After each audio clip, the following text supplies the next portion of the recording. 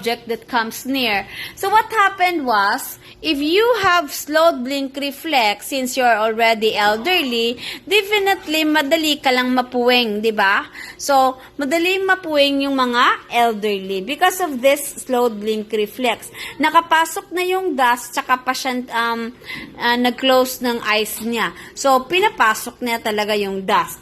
So, that is why it is a problem. And we have also loss of visual acuity. That is your acuity. So, acuity or effectivity. So, loss of visual acuity, hindi na nila malaman kung malayo or far, or we have, near lang ba yung object sa harap nila. So, that is your loss of visual acuity. Another, sometimes they have less power of adaptation to darkness and dim light. So they hated to be in the dark from a lighted place. Why?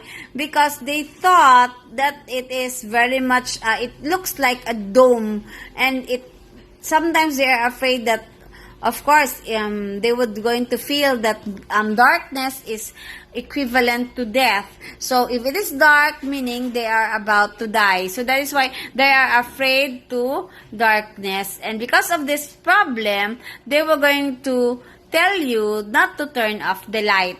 Okay, because they have this difficulty in adapting also. And decrease in accommodation to near and far objects. That is loss of visual acuity, ha?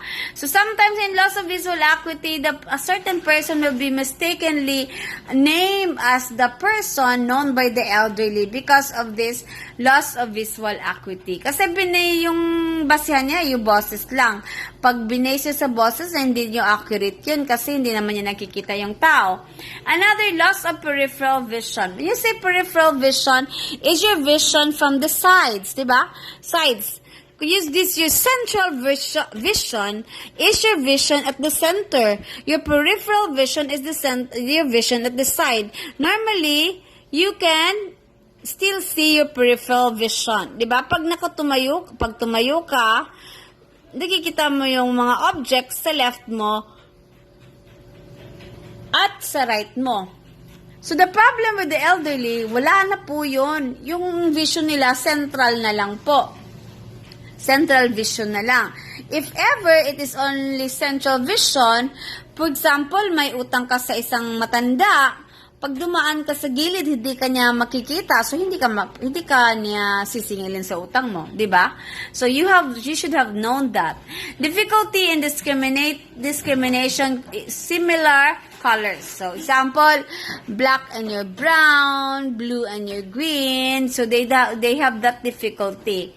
So, usually, they will complain of, bakit ibang kulay nito? Sabi ko, black. Bakit may binigay ng green? So, but definitely talagang black po yun, hindi green. Another, loss of hearing, more common among men than women. So, definitely, when you're going to base this to job and job exposure or mga opportunities, men tend to work to highly noisy areas such as the street. If they are a driver, diba? Usually the driver at home is the male, so they are much exposed to noises of the traffic. While some are working in construction areas, so it is very much noisy there with the different construction materials. That is why it is common among men. And we have greater in left ear than right ear. So this is not true to all, ha? Because for example, if you're right-handed, of course, your dominant ear that listens is your left ear. But if you're right, just like me, I am a left-handed, so I uses my right ear. Because opposite yun eh. Kung ano ginamit mo, sa kabila yung effective. Another, we also have poor sense of taste and smell, and less stimulated by food. So, poor sense of taste. Okay. So, because there is an atrophy of the taste buds. So, wala na po yung taste buds na nag-shrink na po sila. So, di na po siya, hindi na po makadistinguish as to bitter, sweet, sour, or even your salty. Ang nangyari, naging bitter lahat. O kaya, naging matabang lahat. Okay. So, that is why, when you're going to serve food, the food should be appealing to the eyes. You have to use other senses such as the eyes and the sense of hearing or the smell. Kasi dapat mabango yung pagkain para ma-encourage yung elderly kumain. At saka, dapat presentable yung pagkain para ma-encourage ang elderly na kumain. Another, we have loss of your skin receptors. So, this is where they have problems in distinguishing hot from cold or the intensity of heat. So, hindi nila alam na mainit na pala yun. Kasi, wala na po yung skin receptors, nag-atrophy na lahat.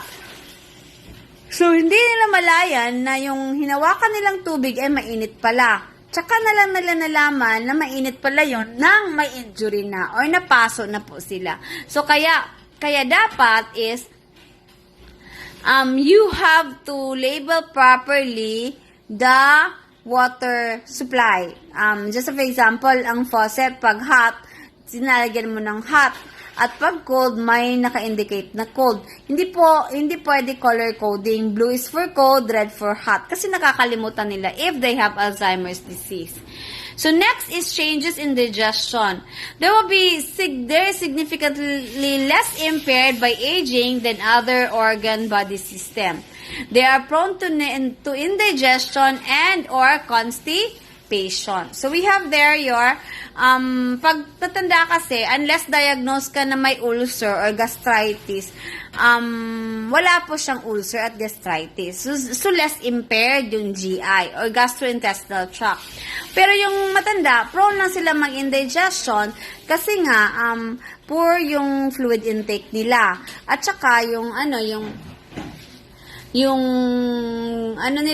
for example, if they eat, mga raw foods such as kinilaw sa Bisaya, definitely they suffer from indigestion and or your constipation. If ever less yung fiber ang diet nila, tapos knowing that poor ang fluid intake nila, they also suffer from constipation. Okay, so we're going to stop here and continue next time.